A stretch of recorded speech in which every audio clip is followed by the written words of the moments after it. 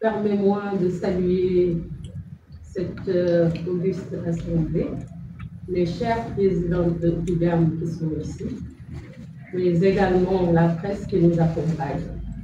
Comme elle l'a dit tantôt, merci à vous d'être avec nous ici en ces temps où vraiment vous avez beaucoup de déplacements à faire et autres, parce que l'agenda est très serré pour la presse, nous le savons.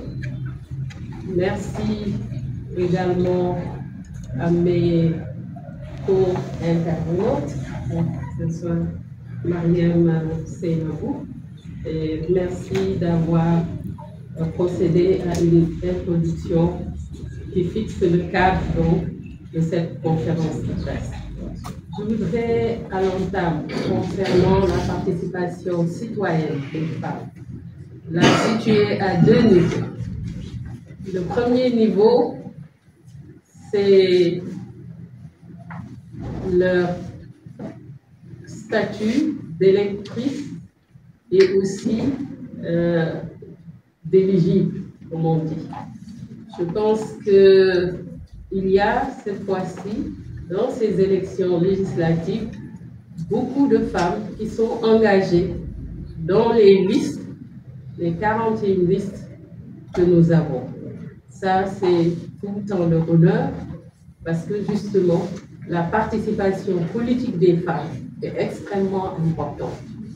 Et nous le savons, le fait qu'elles soient engagées en politique et qu'il y ait cette loi sur la parité fait également que les femmes ont davantage de considération par rapport à leur implication dans la bonne marche de notre pays ou par rapport aux avancées démocratiques que nous devons observer au niveau de notre pays.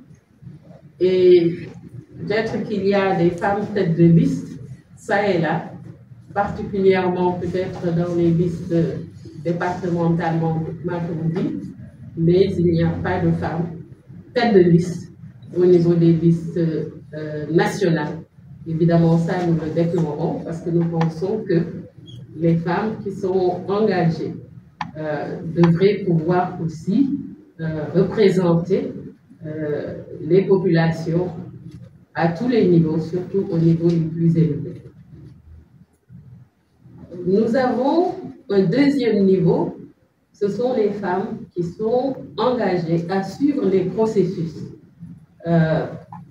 électoraux et de participer à assurer le processus démocratique dans notre pays. Je pense que la première organisation de femmes que je voudrais citer, c'est Otudiam. Je pense à nous faire la part belle.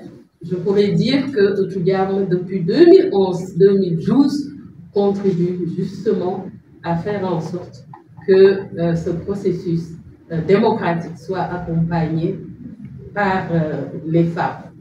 Et dans la même veine ou dans la même dynamique, faire en sorte aussi que ces exercices puissent se faire dans la paix, la sécurité et la sérénité.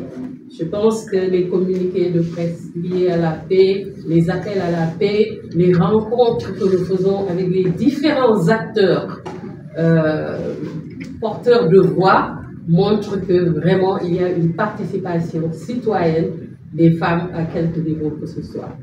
Je pense qu'en plus de Otudiam, il y a d'autres cadres de femmes également qui sont dans la même dynamique et qui, ça et là, font aussi ou déroulent des activités semblables pour que justement cette participation citoyenne des femmes soit effective et que ça puisse se faire dans la paix et la sécurité avec toute la sérénité que cela requiert. Donc, je pense que Madame la Présidente, c'est ce que je voulais dire à ce point précis, en attendant d'avoir des questions.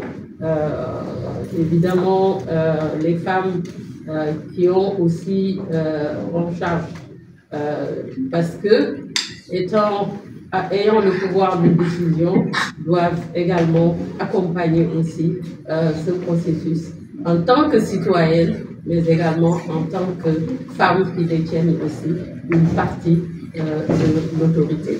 Donc, de l'AFDU, Association sénégalaise des femmes diplômées des universités, je suis présentement présidente d'honneur.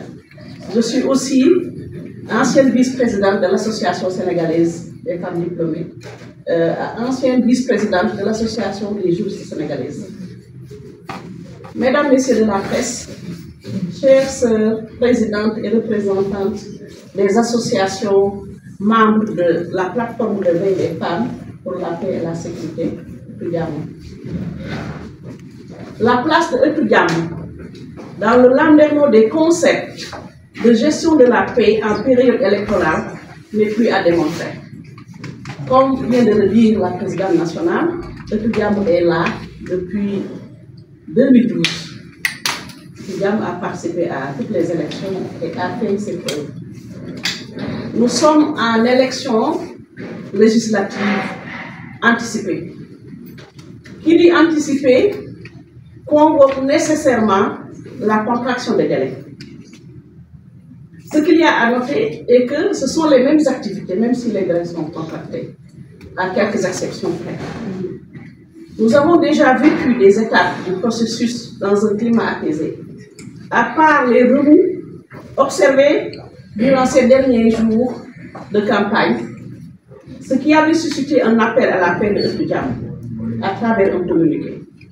Etudiam remercie les différents acteurs pour leur réaction responsable. Nous allons maintenant vers une étape décisive, constituée par l'expression du suffrage le jour du vote.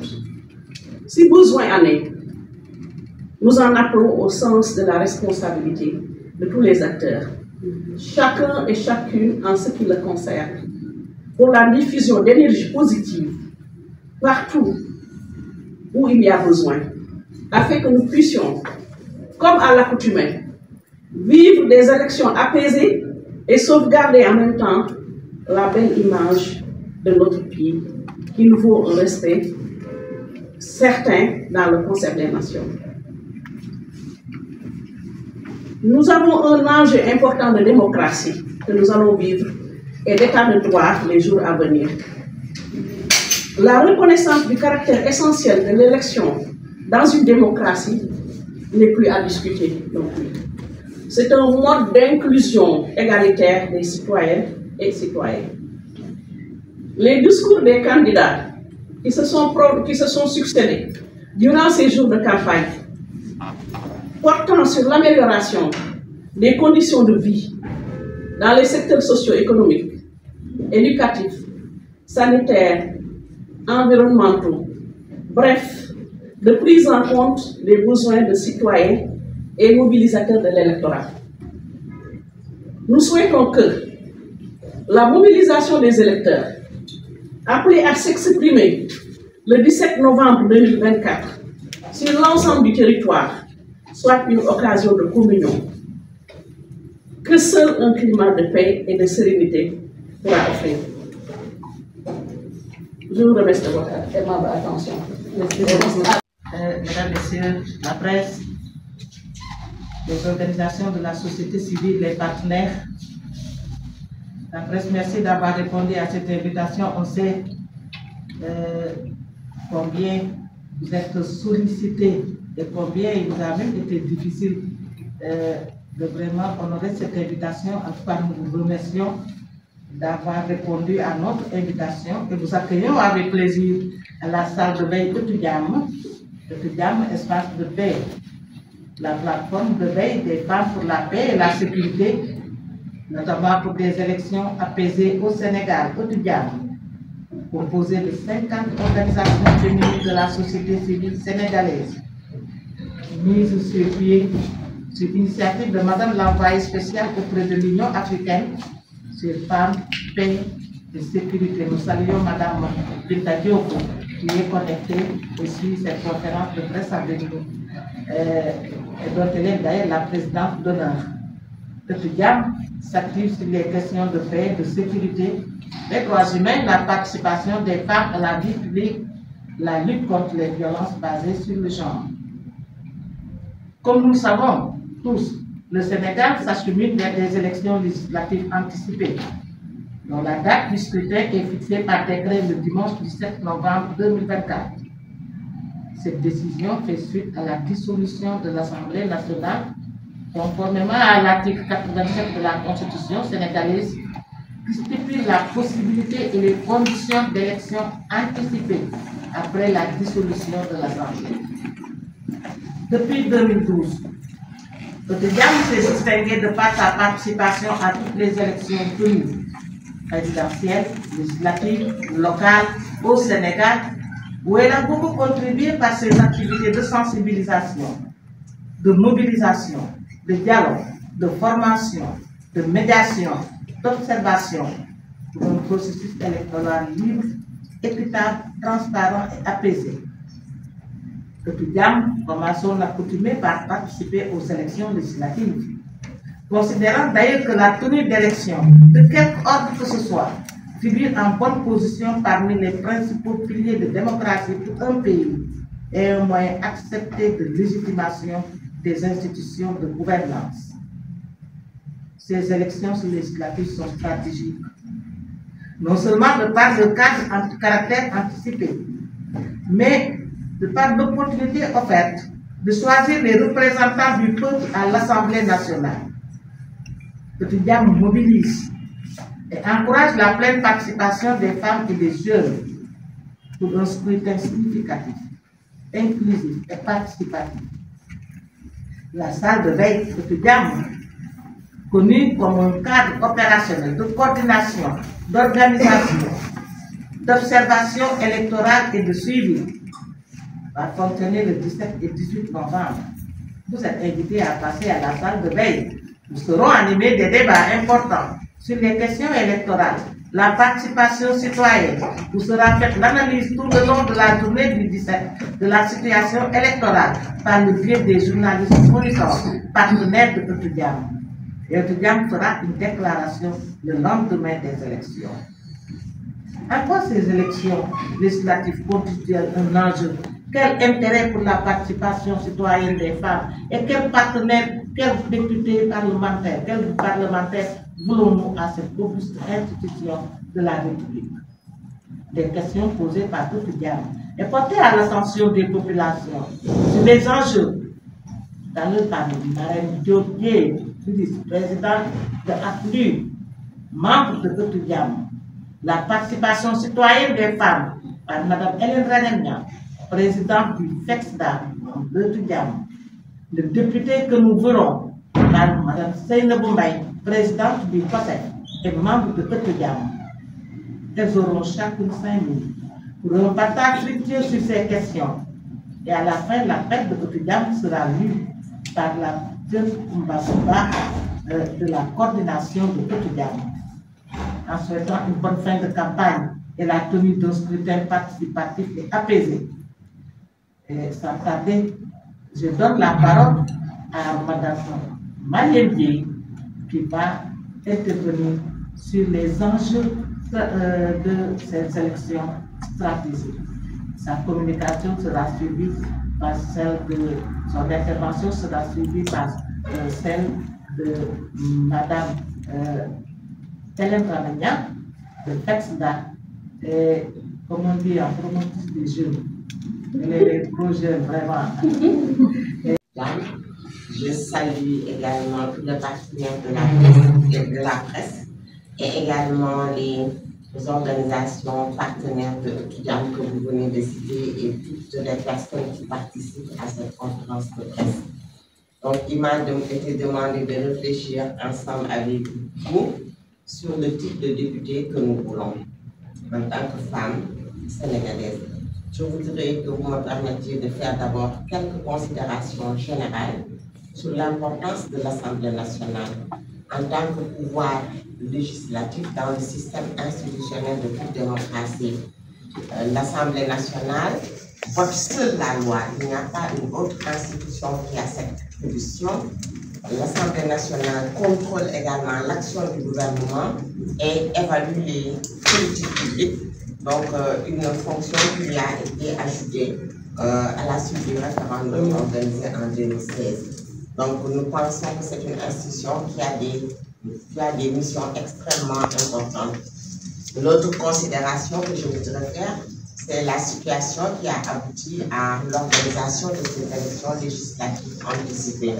Nous avons assisté à la suite de l'élection présidentielle du 24 mars 2024 à l'avènement d'une nouvelle majorité présidentielle qui, pendant des mois, a cohabité avec une majorité parlementaire qui était dans l'opposition. Et la conséquence donc de cette cohabitation, nous l'avons vécu tous. Cela a été, disons, d'abord le report, je vais appeler ça report, ou tout simplement l'annulation du vote du débat, de la tenue du débat d'orientation budgétaire, alors que c'était un débat extrêmement important pour l'économie de notre pays. Mais c'est également le rejet d'un projet de loi de révision constitutionnelle qui visait à supprimer des institutions de la République. Et je pense qu'à partir de là, la suite, c'est qu'il y a eu la dissolution de l'Assemblée nationale et la publication du décret qui a convoqué le corps électoral pour organiser les élections. Cela permet au peuple sénégalais de reprendre sa voix et d'aller aux urnes pour choisir les nouveaux députés qui vont siéger à l'Assemblée nationale pendant cette 15e législature. Maintenant, la considération partagée, c'est qu'il y a beaucoup de récriminations contre les députés. Je pense que nous tous nous entendons beaucoup de récriminations concernant la façon dont nous sommes représentés par les députés. Et je pense que le type de député, en tout cas, que nous souhaitons avoir, c'est des députés qui représentent réellement les populations sénégalaises. Nous savons que les députés sont investis sur des listes de candidatures. Nous sommes à une époque où il y a de grandes coalitions qui regroupent beaucoup de partis politiques. Certainement, par le jeu politique, il y a une redevabilité de ces députés-là par rapport à leurs partis qui les ont proposés et aux listes de coalitions qui les ont investis. Mais je pense que la Constitution donne une légitimité aux députés parce qu'il est élu au suffrage universel direct comme le président de la République. Pour moi, déjà, c'est une source de légitimité qui va permettre aux députés, une fois élus pour un mandat de 5 ans, la Constitution nous dit que ce mandat ne peut être abrégé que par dissolution de l'Assemblée. Cela veut dire que le député, il est protégé. Et je pense qu'il peut s'appuyer sur cette protection de la Constitution pour représenter le peuple sénégalais. Et ce que nous attendons, c'est des députés qui portent les préoccupations des populations sénégalaises. C'est des députés qui soient à notre image. C'est des députés qui soient proches des populations sénégalaises, qui recueillent leurs préoccupations dans le cadre d'un dialogue permanent.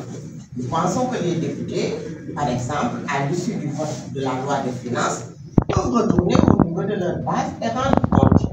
Cela permet d'avoir plus de redevabilité et de suivre en cas le travail qui est fait par les députés. Nous voulons également des députés assidus. Et en termes de recommandations, nous invitons le Parlement à réfléchir à l'instauration d'un système d'indemnité parlementaire. Je pense qu'on pourrait avoir un système qui permette en tout cas de favoriser une plus grande assiduité aux travaux de l'Assemblée nationale. Donc cette assiduité-là, nous pensons qu'elle est importante, mais nous voulons également des députés qui vont se spécialiser sur des thématiques. Je pense que ça, c'est important. Le député qui est élu ne peut pas être spécialiste de tout. Il porte des préoccupations, il les porte bien, mais je pense qu'on pourrait travailler, en cas l'Assemblée nationale, gagnerait à travailler, à sécuriser des députés spécialisés sur des questions de santé, sur des questions d'éducation, sur des questions, etc., sur différentes thématiques. Et cela pourrait enrichir les débats qui seraient tenus à l'Assemblée nationale. Nous pensons que la formation continue des députés également pourrait y contribuer. Donc vraiment, ce que nous attendons, c'est qu'il y ait des débats qui peuvent être très vifs, parce que l'Assemblée nationale... De l'AFDU, Association sénégalaise des femmes diplômées des universités. Je suis présentement présidente d'honneur. Je suis aussi ancienne vice-présidente de l'Association sénégalaise des femmes diplômées, ancienne vice-présidente de l'Association des juristes sénégalaises. Mesdames, Messieurs de la presse, chères sœurs, présidentes et représentantes des associations membres de la plateforme de veille des femmes pour la paix et la sécurité, Etudiamo. La place de Etudiamo dans le landerneau des concepts de gestion de la paix en période électorale n'est plus à démontrer. Comme vient de le dire la présidente nationale, Etudiamo est là depuis 2012. Etudiamo a participé à toutes les élections et a fait ses preuves. Nous sommes en élection législative anticipée. Qui dit anticipée convoque nécessairement la contraction des délais. Ce qu'il y a à noter est que ce sont les mêmes activités, même si les délais sont contractés, à quelques exceptions près. Nous avons déjà vécu des étapes du processus dans un climat apaisé. À part les remous observés durant ces derniers jours de campagne, ce qui avait suscité un appel à la paix de Etudiamo à travers un communiqué. Etudiamo remercie les différents acteurs pour leur réaction responsable. Nous allons maintenant vers une étape décisive, constituée par l'expression du suffrage le jour du vote. Si besoin en est, nous en appelons au sens de la responsabilité de tous les acteurs, chacun et chacune en ce qui le concerne, pour la diffusion d'énergie positive partout où il y a besoin, afin que nous puissions, comme à l'accoutumée, vivre des élections apaisées et sauvegarder en même temps la belle image de notre pays, qui nous vaut un respect certain dans le concert des nations. Nous avons un enjeu important de démocratie que nous allons vivre et d'état de droit les jours à venir. La reconnaissance du caractère essentiel de l'élection dans une démocratie n'est plus à discuter non plus. C'est un mode d'inclusion égalitaire des citoyennes et citoyens. Les discours des candidats qui se sont succédés durant ces jours de campagne, portant sur l'amélioration des conditions de vie dans les secteurs socio-économiques, éducatifs, sanitaires, environnementaux, bref, de prise en compte des besoins de citoyens et mobilisateurs de l'électorat. Nous souhaitons que la mobilisation des électeurs, appelée à s'exprimer le 17 novembre 2024 sur l'ensemble du territoire, soit une occasion de communion que seul un climat de paix et de sérénité pourra offrir. Je vous remercie de votre aimable attention.